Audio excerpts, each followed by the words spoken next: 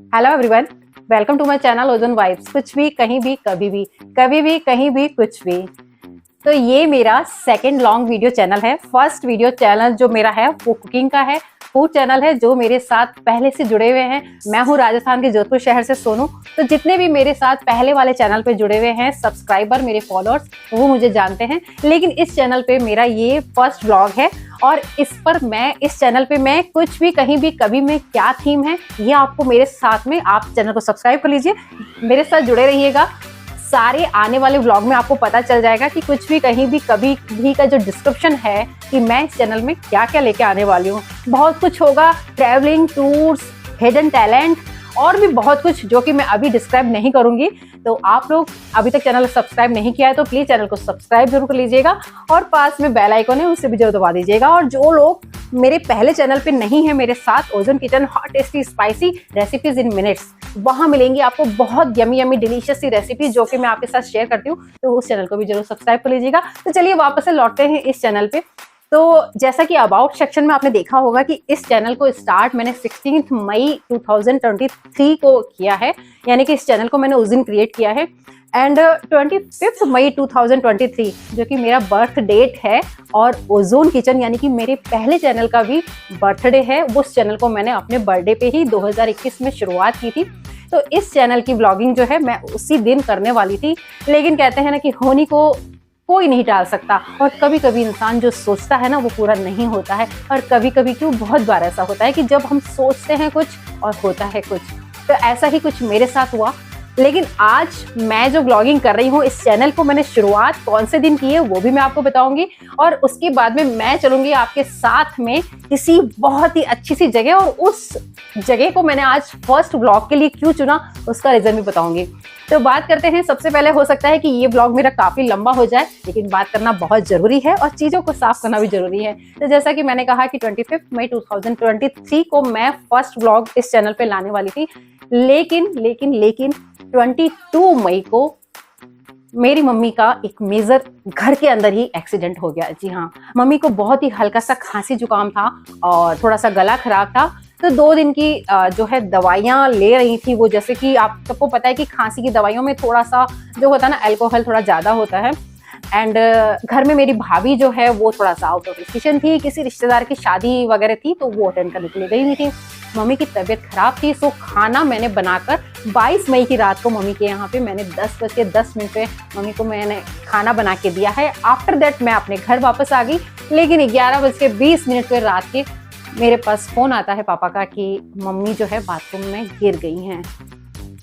सो आप सोच रहे होंगे कि ये मैं इस ब्लॉग में क्यों बता रही हूँ। ये मैं इसलिए बता रही हूँ कि क्योंकि ये जो चैनल है ये मैं 25 मई 2023 को जो स्टार्ट करने वाली थी उसका रीजन बता रही हूँ। उसके बाद बहुत कुछ हुआ और 12 घंटे के अंदर हमारी मम्मी बहुत सीरियस हो गई थी। इतनी सीरियस हो गई थी कि डॉक्टर्स ने ये भी यहाँ तक कह दिया था मुझे किसी ने कि ये एक रात भी निकाल लें तो वो जो है बहुत बड़ी बात होगी।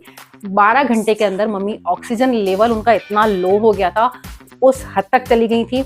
एंड एंकल तो उनका डिसलोकेट हो ही गया था, बाथरूम में गिर गई थी। आप सोचेंगे ना कि हम लोग कितना सोचते हैं ना कि बाहर एक्सीडेंट हो जाता है, ये हो जाता है, वो हो जाता है, तो बाहर गाड़ी तेज चलाई या हेलमेट नहीं पहना, इन सब चीज़ों को हम दोष देते हैं। लेकिन मेरी मम्मी घर के अंदर, बाथरूम के अंदर इतनी बुरी तरह गिरी कि उनका एंकल जो है वो डिसलोकेट हो गया।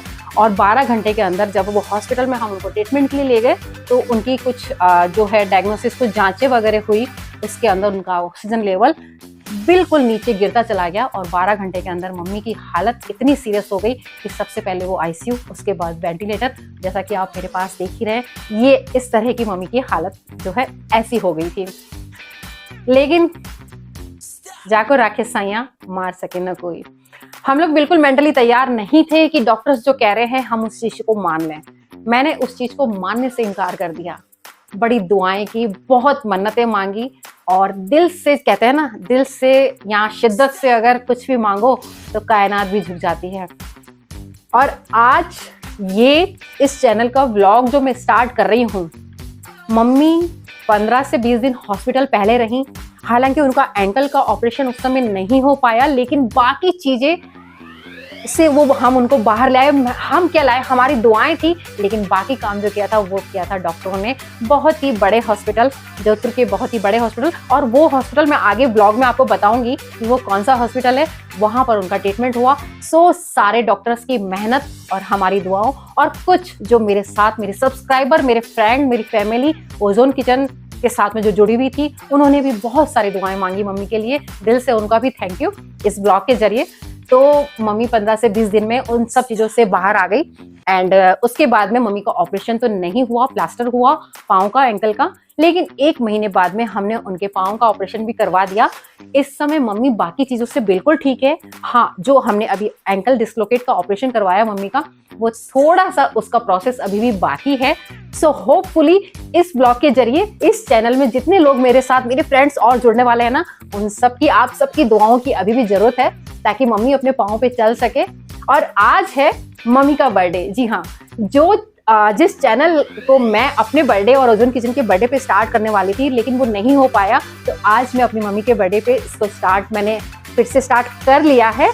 सो ये इसलिए मैंने इतना सारा आपको बताया, और मम्मी अब बिल्कुल ठीक है, बस थोड़ा सा प्रोसेस बाकी है। होपफुली वो पूरी तरह से ठीक हो जाएंगी। तो काफी इमोशनल वाला ब्लॉग हो गया है, तो चलिए इससे बाहर आते हैं। और अब मैं होती हूँ तैयार और आप लोगों को लेके चलती हूँ कुछ भी, कभी भी, कहीं भी। आज है मम्मी का बर्थडे, और बहुत ही ऐसा लग रहा है मुझे कि मम्मी का बर्थडे है ना, कुछ दुआओं के साथ में ही मनाया जाए। तो आज इसलिए मैं आप लोगों को भी अपने साथ लेके चल रही हूँ एक बहुत ही अच्छी और बहुत ही प्यारी जगह, जोधपुर से थोड़ी दूर, ओसिया माता जी के मंदिर। तो चलते हैं वहां पे और दिखाती हूँ उस मंदिर में कितना क्या, किस तरह से हम, किस रास्ते से, किस तरह से आप लोग जा सकते हैं, और वहां पर क्या क्या है, उस मंदिर की क्या मान्यता है। और इसी ब्लॉग के बीच में मैं आपको वो हॉस्पिटल भी दिखाऊंगी कि जहां पे मम्मी ठीक होके और अब हमारे साथ हमारे घर पे है। तो सबसे पहले मैं हो जाती हूँ तैयार, फिर चलते हैं थोड़ा सा घूमने, और उसके बाद में फिर से घर आएंगे, और घर आके फिर जाऊंगी मैं मम्मी के पास में बर्थडे विश करने। तो चलिए स्टार्ट करते हैं, और ऐसे ही मेरे साथ बने रहिएगा हर ब्लॉग में। और इतना लंबा ब्लॉग हर बार नहीं होगा, लेकिन इस बार थोड़ा सा ब्लॉग बड़ा हो गया है, क्योंकि मेरे लिए बताना बहुत जरूरी था ये चीजों का, क्योंकि कुछ लोग मेरे साथ पहले से जुड़े हुए हैं और बहुत टाइम से इस चैनल का इंतजार कर रहे थे। तो चलिए चलते हैं, सबसे पहले हो जाते हैं रेडी, और फिर चलते हैं घूमने और माँ के पास, यानी कि ओसिया माता जी के मंदिर, और उनको कहते हैं थैंक यू कि उनकी दुआओं और हॉस्पिटल के सारे डॉक्टर्स की दवाओं के साथ में मम्मी आज पूरी तरह से ठीक है। एंड आप सब लोग मम्मी के लिए आज उनके बर्थडे पे जरूर से दुआएं मांगिएगा। आपकी दुआओं की वजह से हो सकता है कि वो जल्दी से अपने पाँव पे भी अभी ठीक हो जाए और चलने लगे, और जल्दी जब ठीक हो जाएंगे और चलने लगेंगी तो मैं उनको इस चैनल पे भी लेके आऊंगी और आप सब लोगों से मिलवाऊंगी। तो चलिए चलते हैं, सबसे पहले बहुत सारी बातें होगी, रेडी हो जाती हूँ मैं सबसे पहले, फिर चलते हैं हम ओसिया माता जी के मंदिर।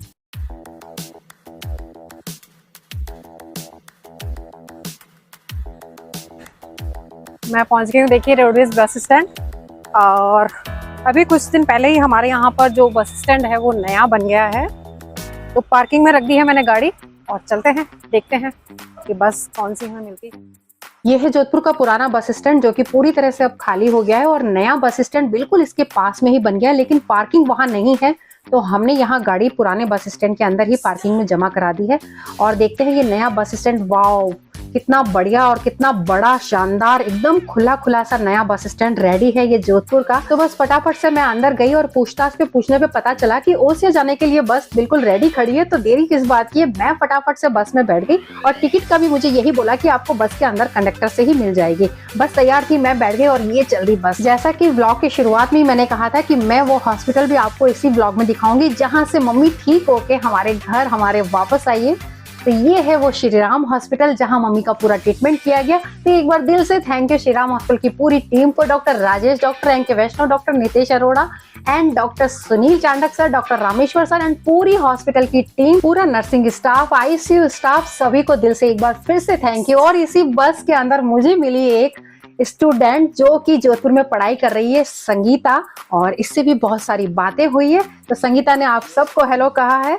तो ये है संगीता जो कि यहाँ पर मथानिया से डेली अप डाउन करके पढ़ने आती है। तो हमारी बस चल रही है रफ्तार से और देखिए पहुंच गए हम 1.5 घंटे के अंदर ओसिया माता जी के मंदिर के बिल्कुल सामने ये बस उतार देती है। और ये बस जहाँ उतारती है तो यहाँ की माता जी का नाम यानी कि ओसिया माता का मंदिर के जो बिल्कुल जहाँ पे चौराहे पे उतारती है, सचिया माता सर्कल के नाम से ही वो सर्कल जाना जाता है। और देखिए यहाँ पर कितनी सारी खाने की दुकानें हैं, इतनी सारी शॉपिंग के लिए आपके पास में बहुत सजी धजी दुकानें, बच्चों के खिलौने, देखिए प्रसाद की दुकानें आपको मिल जाएंगी। सबसे बढ़िया यहाँ पर किचन के जो आइटम है ना वो भी बहुत अच्छे अच्छे मिट्टी के बने मिल जाते हैं, मिट्टी की हांडी, मिट्टी की कढ़ाई। और ये देखिए कितनी सुंदर सुंदर होम डेकोरेशन की चीजें भी यहाँ पर सजी हुई है। तो बस इसी तरह से सीधी आपको यहाँ से लगभग आधे किलोमीटर की दूरी पर ही ये माता जी का मंदिर मिल जाएगा। और सबसे पहले हम लेंगे यहाँ पर प्रसाद। और ये देखिए चकले और ये कप कितने सुंदर लग रहे हैं, ऐसा मन कर रहा है कि मैं भी ले लूं कुछ शॉपिंग। लेकिन पहले चलते हैं माता जी के मंदिर और फिर देखते हैं शॉपिंग में हम क्या ले सकते हैं। तो ये देखिए यहाँ पर मैंने प्रसाद की थाली बना दी है पूरी अच्छे से। यहाँ पर हमने चुनरी ले ली है, यहाँ पर हमने एक नारियल बढ़िया सा जो पानी वाला नारियल होता है वो भी ले लिया है, अगरबत्ती है, माँ के श्रृंगार की सभी चीजें, बिंदी, चुनरी, सभी चीजों से हमने पूरी थाली को तैयार कर लिया है। सिंदूर भी है, देखिए इसमें मौली भी है। तो पूरी भैया ने बढ़िया सी एक थाली तैयार कर ली है। और अब चलते हैं मंदिर के अंदर और आपको कराती हूँ दर्शन और बताती हूँ यहाँ पर किस तरह का मंदिर है और क्या मान्यता यहाँ पर मानी जाती है। तो चलते हैं सचिया माता के मंदिर। और मैंने भी अपने बैग में से दुपट्टा निकाल लिया है। आते हुए बहुत धूप की तो ये दुपट्टा मैंने पैक करके अपने बैग में रख लिया था, लेकिन मंदिर के अंदर दुपट्टा तो बहुत जरूरी है।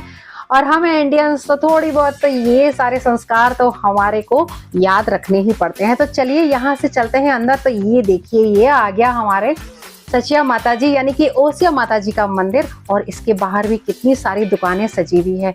तो चलते हैं यहाँ से अंदर। और ये देखिए इसका इंटीरियर देखिए आप, कितना बढ़िया तरीके से इसको बना रखा है। और हर जो ये पूरा ऊपर से गुम्बद बना हुआ है तो हर देवी का नाम इसके ऊपर लिखा गया है। तो यहाँ से एंट्री जो है एक तरफ से ऊपर जाने के लिए रास्ता बना हुआ है और दूसरी तरफ से आपके बाहर जाने के लिए रास्ता बना हुआ है।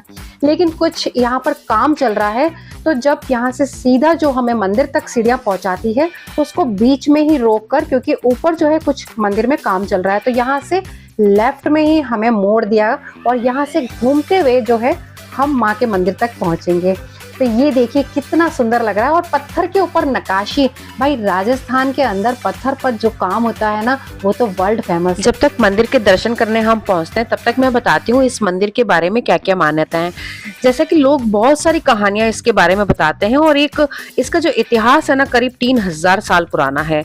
लोक कथा जो पुरानी है उसके अनुसार तो ये कहा जाता है कि राजा उत्पल देव के सपने में माता ने उन्हें ऐसा मंदिर बनाने की प्रेरणा दी थी और मंदिर निर्माण के दौरान इस स्थल की खुदाई में भी 9 लाख स्वर्ण मुद्राएं मिली थी। और इससे बिल्कुल एक अलग कहानी भी है यहाँ पर कि राजा पालोमा यहाँ पर उनकी बेटी थी सांची यानी कि सचिया माता और उनके सेना प्रमुख थे व्रत। व्रत जो है सांची से विवाह करना चाहते थे, लेकिन सांची को ये मंजूर नहीं था। फिर दधीची से जो राजा पालोमा उनका विवाह करवाना चाहते थे। दधीची और व्रत में जो है एक युद्ध हुआ और वो युद्ध जो है व्रत ने जीत लिया और सांची से उनको विवाह करना पड़ा, क्योंकि ये उनकी शर्त थी। वहां पर ये बोला गया था कि जो युद्ध जीतेगा वही सांची से विवाह करेगा। इसके अलावा भी बहुत सारी कहानियां अलग अलग तरह की यहाँ के लिए बताई जाती हैं। और यही करते बातें करते हुए आपसे मैं पहुंच गई हूँ देखिए मंदिर के अंदर। और काफी अंधेरा सा है तो थोड़ा सा अब देखिए अब यहाँ पर रोशनी आ चुकी है और हम मंदिर के बिल्कुल माता की मूर्ति के आगे आ चुके हैं। और यहाँ पर लगी है लाइन, बहुत ही सिस्टमेटिक तरीके से यहाँ पर आपको दर्शन करने को मिलेंगे। और नवरात्रि के दिनों में तो यहाँ पर आपको पांव रखने की जगह नहीं मिलेगी, इतनी भीड़, इतनी मान्यता है इस मंदिर की। तो चलिए सबसे पहले यहाँ पर हम भी दे देते हैं अपनी पूजा की थाली पंडित जी को। और एक चीज और बता दूं कि मैंने यहाँ पर कॉर्नर में खड़े होके व्हाट्सएप कॉल पे भी, वीडियो कॉल पे मम्मी को भी दर्शन करवा दिए थे। और अब निकल गई हूँ मैं बाहर यहाँ पर। तो देखिए यहाँ के इस मंदिर के चारों तरफ छोटे छोटे मंदिर बने हुए, 9 देवियों के अलावा भी देखिए यहाँ पे ब्रह्मा, विष्णु, महेश, शिव, पार्वती, सभी के, राधा कृष्ण सभी के मंदिर बने हुए हैं। कहते हैं कि यहाँ पर शिव और पार्वती का भी पहला मिलन हुआ था। क्योंकि नवरात्रि में तो यहाँ पर जैसा कि मैंने आपको कहा बहुत बहुत बहुत भीड़ लगती है। यहाँ पर बहुत देर तक नंबर नहीं आता, लेकिन बहुत ही सिस्टमेटिक तरीके से यहाँ पर सब कुछ मैनेज होता है। तो बहुत ही बढ़िया तरीके से दर्शन हो गए। और ये पत्थरों का काम कितना, आप इसकी बिल्कुल बारीकी से नक्काशी देखिए, वर्ल्ड फेमस है। हमारे जो जोधपुर जिला क्या पूरे राजस्थान में जितना भी पत्थरों पे काम होता है, और राजस्थानी क्यों भारत के न जाने कितने किलों में यहाँ के कारीगरों की जो बारीकी देखी जा सकती है ना, वो देखिए वाकई तारीफ लायक है। और ओसिया का पूरा व्यू देखिए, यहाँ से कितना शानदार लग रहा है, कितना मनोहर, कितनी हरियाली सी लग रही है। और पत्थरों का काम देखिए, मैं करीब से दिखाती हूँ, कैमरा को बिल्कुल पास लाके देखिए, वाव कितनी बारीकी से कारीगरी की गई है इस मंदिर के चारों तरफ।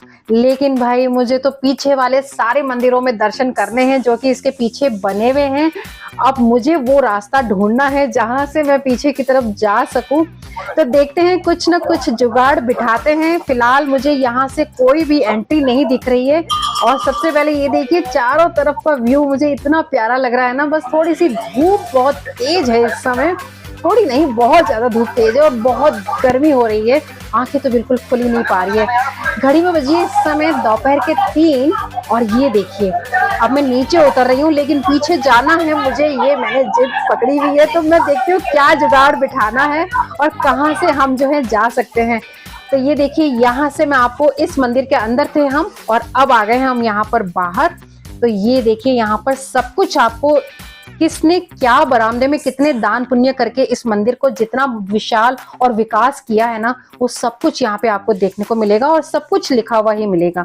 तो यहाँ से मैं ढूंढ रही हूँ किसी से बात करने के लिए जो कि इस मंदिर की देखभाल करता है, और उससे मैं पूछना चाहूंगी कि मैं पीछे जो है कैसे जा सकूं। तो यहाँ से सब लोग नीचे उतर रहे हैं, लेकिन मेरे कदम नीचे नहीं जाने को तैयार हैं। तो मैंने यहाँ पर एक गार्ड भैया जो बैठे थे, उनसे मैंने बात की कि भैया मुझे जो है पीछे की तरफ जितने भी मंदिर हैं छोटे छोटे जो बने हुए हैं हमारी पूरी 9 माताओं के, वहां तक मुझे कैसे जाना है, प्लीज मुझे रास्ता बताइए। तो उन्होंने मुझे ये रास्ता बताया। तो यहाँ से मैं ले चलती हूँ आपको और मैं बताती हूँ कि ये देखिए। तो सबसे पहले देखिए, इसके अंदर चलते हैं हम और इस पर लिखा है प्रथम पुत्र शैलपुत्री श्री अम्बा माता जी का मंदिर, जो कि मुझे मेरी बहुत फेवरेट है अम्बे माँ। और नवरात्रियों में तो बस आप मतलब मुझे तो मजा ही आ जाता है नवरात्रि के 9 दिन के व्रत रखकर। तो नवरात्रियों में भी मैं आपके लिए वो ब्लॉग लेके आऊंगी कि मैं किस तरह से कैसे पूजा करती हूँ। फिलहाल करते हैं यहाँ पर प्रे, और एक बार दिल से फिर से थैंक यू कहूंगी माँ को कि आज मेरे मम्मी के बर्थडे पर अपना आशीर्वाद उन पर बनाए रखें, उन्हें हेल्दी रखें, उन्हें स्वस्थ रखें और जल्दी से वो अपने पाँव पे चल पाए। यही दुआ मैं यहाँ पर मांगने आई हूँ। तो चलिए नेक्स्ट मंदिर के अंदर चलते हैं। तो ये यहाँ पर खुला है, हालांकि देखिए इनके जो कपट है ना, यानी कि पूरे जो दरवाजे हैं ना, वो बंद हैं। तो ये है द्वितीय दुर्गा ब्रह्मचारिणी देवी जी का मंदिर। तो ये आपको दिख रहे हैं लॉक है यहाँ पर मंदिर, लेकिन फिर भी देखिए दर्शन तो हो ही जाते हैं। मंदिर के दरवाजे कुछ इस तरह से बनाए हुए हैं कि आपको दर्शन हो ही जाते हैं। तो इस तरह से चारों तरफ जितने भी मंदिर इन्होंने छोटे छोटे बना रखे हैं ना, तो दर्शनार्थी के लिए जाने के लिए भी देखिए किस तरह से छाया का इंतजाम किया हुआ है। और ये देखिए, ये है कुमंडा माता जी का मंदिर, यहाँ से इनके भी दर्शन हो जाते हैं। ये बैक साइड में आ गया है। तो जितने भी दर्शनार्थी आते हैं उनके लिए बिल्कुल छाया का और नीचे जमीन पर दरी की पूरी व्यवस्था होती है। और इस तरह से ये देखिए पूरा किस तरह से छायादार, इस तरह से जो फाइबर की शीट से पूरा जो है कवर किया। और कितना बड़ा और कितना विशाल मंदिर है। कुछ ना कुछ यहाँ पर काम हमेशा चलता रहता है। जैसे कि नवरात्रि भी आने वाली है, तो हो सकता है नवरात्रि तक फिर से कुछ हमें यहाँ पर नया देखने को मिले। तो नेक्स्ट मंदिर ये पीछे की तरफ एक और बना हुआ है, आई थिंक ये काली माँ, यस ये है दुर्गा श्री कालरात्रि माता जी का मंदिर। तो यहाँ पर भी दर्शन कर लेते हैं। ये है सप्तम माता, यानी कि जो हमारे नवरात्रि का 7वां व्रत होता है वो वाले माता जी का मंदिर है। और ये है अष्टम दुर्गा महागौरी भोली बाली सी, अष्टमी वाले जो व्रत रखते हैं नवरात्रि में, वो वाली माँ का मंदिर। तो देखा आपने पूरे मंदिर, जो सेंटर में एक मंदिर है उसके चारों तरफ पूरी 9 दुर्गा माता यहाँ पर इस तरह से छोटे छोटे मंदिर में बिठाई और इतने सुंदर तरीके से बना हुआ है ना। और देखिए साथ में राधा कृष्ण मंदिर भी है, तो चलिए इसमें भी दर्शन कर लेते हैं। ये देखिए राधा कृष्ण मंदिर की तरफ काफी रोशनी आ रही है इस तरफ। और यहाँ पर सबसे आगे एक नवदुर्गा माता की पूरी तस्वीर लगी हुई है। साइड में दोनों शेर यहाँ पर बिठा रखे हैं। और अब बस हो गए चारों तरफ से दर्शन। तो अब मेरे दिल को मिली है तसल्ली और मैं आ गई हूँ नीचे। और अब मैं बहुत खुश हूँ कि मैंने सारे मंदिर अंदर जो है दर्शन कर लिए और आपको भी चारों तरफ जितने भी मंदिर बने हुए हैं ना, माँ के मंदिर के चारों तरफ जितनी भी माताएं बैठी है उनके हमने दर्शन कर लिए। जैसे ही मैं बाहर आने लगी तो मुझे बहुत ही बढ़िया चाय की खुशबू आने लगी। तो ये देखिए मुझे मिला ये सामने ही सचिया माता जी के मंदिर के नामकरण के ऊपर ही एक छोटा सा रेस्टोरेंट, जिसके अंदर जाने के बाद में मैंने देखा कि बहुत ही सुंदर प्यारा सा राजस्थानी लुक देने की इसको कोशिश की गई है। और चाय की खुशबू तो बहुत ही शानदार थी, इलायची वाली चाय की खुशबू आ रही थी। तो मैंने उन भैया से कहा कि अगर इस चाय में मुझे अदरक भी मिल जाए ना तो सोने पे सुहागा है। भैया ने गैस की स्टोव की आंच को जो धीमा किया, और अंदर ही शायद इनका घर था या गोदाम था, आई डोंट नो, भैया वहां से अदरक लाए और अदरक वाली मुझे इतनी शानदार चाय पिलाई कि मैंने वहां पर 2 चाय पी ली। और इतनी शानदार चाय, जब भी आप जाए ना तो यहाँ की चाय आप जरूर पीजिए। और ये रेस्टोरेंट जैसे ही आप मंदिर से नीचे उतरेंगे ना तो बिल्कुल आपको नीचे उतरते ही सामने मिलेगा। और सबसे बढ़िया, चाय से बढ़िया जो भैया का नेचर लगा ना मुझे, बहुत ही शानदार नेचर के भैया हैं और बहुत ही बढ़िया चाय मिलती है। और भी कुछ चीजें हैं जो वो रखते हैं यहाँ पर, हल्का फुल्का नाश्ता। तो आप लोग जरूर से यहाँ पर चाय पीना ना भूलिए जब भी आप ओसिया माता मंदिर। और अब ढूंढ लेते हैं ऑटो, क्योंकि 1-1.5 किलोमीटर की दूरी पर मुझे लेने हैं यहाँ के फेमस दाल के पकौड़े। तो देखिए एक ऑटो दिख रहा है मुझे सामने, तो वहीं चलते हैं। मेरी हालत थोड़ी सी खराब, और हम ले रहे हैं यहाँ से, ऑटो में चल रहे हैं जीवन जी की शॉप, और वहाँ से लेंगे दाल के पकौड़े घर वालों के लिए। स्पेशली भाई ने बोला है कि दाल के पकौड़े तो जरूर लाने हैं। तो देखते हैं जीवन जी की शॉप कितनी दूर है, और आपको भी दिखा देती हूँ मैं। कहते हैं कि सबसे पुरानी शॉप जो है यहाँ पर, सबसे पहली शॉप जीवन जी की है जो यहाँ पर दाल के पकौड़ों के लिए फेमस हुआ है। उसके बाद तो बहुत सारी दुकानें यहाँ हो गई हैं, लेकिन जो दाल के पकौड़ों का स्वाद जीवन जी की शॉप से है उससे बढ़िया जो है कहीं पर भी नहीं होता है। टैक्सी वाले भैया बता रहे हैं कि उनकी दुकान पे आज भी नंबर लगता है पकौड़ों को लेने के लिए। तो हम भी देखते हैं कि आज कितने नंबर लग रहे हैं। नवरात्रि में तो बहुत भीड़ रहती होगी ना, बहुत ज़्यादा।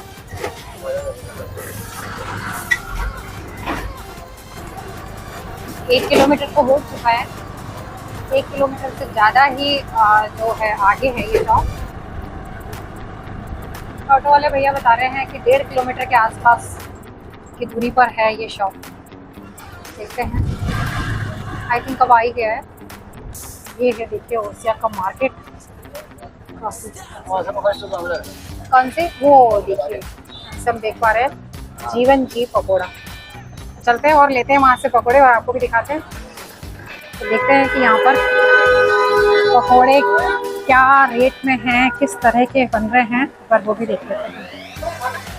ये देखिए सही कह रहे थे, सब नंबर लगे हुए हैं यहाँ पर काफ़ी सारे। ये देखिए तो ये बन रहा है यहाँ पर रफ्तार से दाल के पकौड़े। भैया जितना सुना था उससे कहीं ज़्यादा भीड़ है यहाँ पर। भैया कितने साल हो गया इस शॉप को? 40।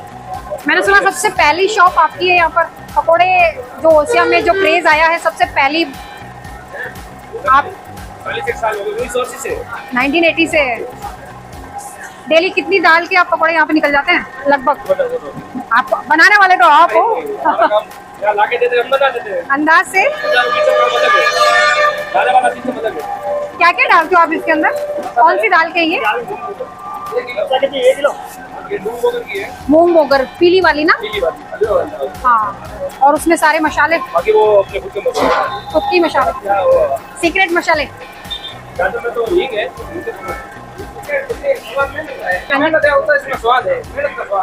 ये देखिए जितना मैंने सुना था मंदिर के आसपास उससे कहीं ज्यादा भीड़ है आज भी यहाँ पर। लेते हैं हम लोग भी, इतनी जल्दी ये परात जो है खाली हो जाती है। 380 रुपए के किलो के हिसाब से यहाँ ये पकोड़े मिलते हैं, और साथ में मिलती है ग्रीन चिली तीखी वाली। कितने सालों से खा रहे हो आप? अरे करीब 30 सालों। अच्छा, इनके पापा। ऐसी क्या खासियत है कि ये वाले इसी शॉप के आपको पकौड़े अच्छे लगते हैं? ओरिजिनल चीज है ये, फ्लावर तेल, फ्लावर डाल के बनाए हुए, डुप्लीकेट कुछ नहीं। डुप्लीकेट कुछ नहीं। हम फलोदी से आते हैं यहाँ खाने के लिए। अच्छा, आप फलोदी से आए हैं यहाँ पर खाने के लिए? तो बसें तो वहाँ रुकती है, फिर भी आप इधर ही आते हैं? ये सब बस के यात्री है, टोटल खड़े हैं ना। Okay okay. और कभी हम इससे दाल ले जाते हैं 2-2 केजी मसाला यहाँ से। फिर वो घर जाके संक्रांत पे, मकर संक्रांति पे जो राजस्थान की। हाँ, ओके ओके, देखा आपने ये रश है, ये जीवन जी के शॉप पर इतना रश है और ये तीसरी बार मेरे सामने इसको खोल किया है। इसके अलावा ये है यहाँ पर, तो हम भी एक बार टेस्ट कर लेते हैं और देखते हैं कि ऐसा क्या खासियत है इसके अंदर। क्रिस्पी ऊपर से और अंदर से सॉफ्ट और रियली बहुत टेस्टी है। और इसके अंदर से जो हींग की महक आ रही है ना, उसने इन पकौड़ों का स्वाद जो है बढ़िया सा दुगना और चौगुना कर दिया है। तो जब भी आप लोग ओसिया माता जी, सचिया माता जी मंदिर के दर्शन के लिए आए हैं तो जीवन जी के पकोड़े लेना ना भूलें। तो मैंने भी पैक करा लिए यहाँ पे पकोड़े और ग्रीन चिली भाइयों के लिए। और अब चलते हैं वापस से बस स्टैंड की तरफ। तो जैसे ही मैं बस स्टैंड वापस आई तो यहाँ पर मुझे बस बिल्कुल रेडी मिली और बस मैं जोधपुर के लिए बैठ गई। एक तरफ का किराया सिर्फ 40 रुपए है। 80 रुपए में आप यहाँ पर जोधपुर से 65 to 70 किलोमीटर की दूरी पर इस सचिया माता जी मंदिर यानी कि ओसिया माता के मंदिर के दर्शन करने आ सकते हैं। नवरात्रि में तो यहाँ पर मेला सा लगा रहता है। और 1.5 घंटे के अंदर मैं यहाँ पर 7 बजे पहुंच गई जोधपुर रोडवेज बस स्टैंड। वापस से बस गाड़ी लेते हैं और घर चलते हैं, फ्रेश होते हैं और फिर जाऊंगी मैं मम्मी के पास बर्थडे विश करने। तो आज का सफर और व्लॉग यहीं खत्म करते हैं। अगर आपको पसंद आया तो लाइक देना ना भूलिएगा। मैं जल्दी मिलती हूँ कुछ भी, कहीं भी, कभी भी फिर से कुछ नया लेके। तब तक के लिए मस्त रहिए, स्वस्थ रहिए।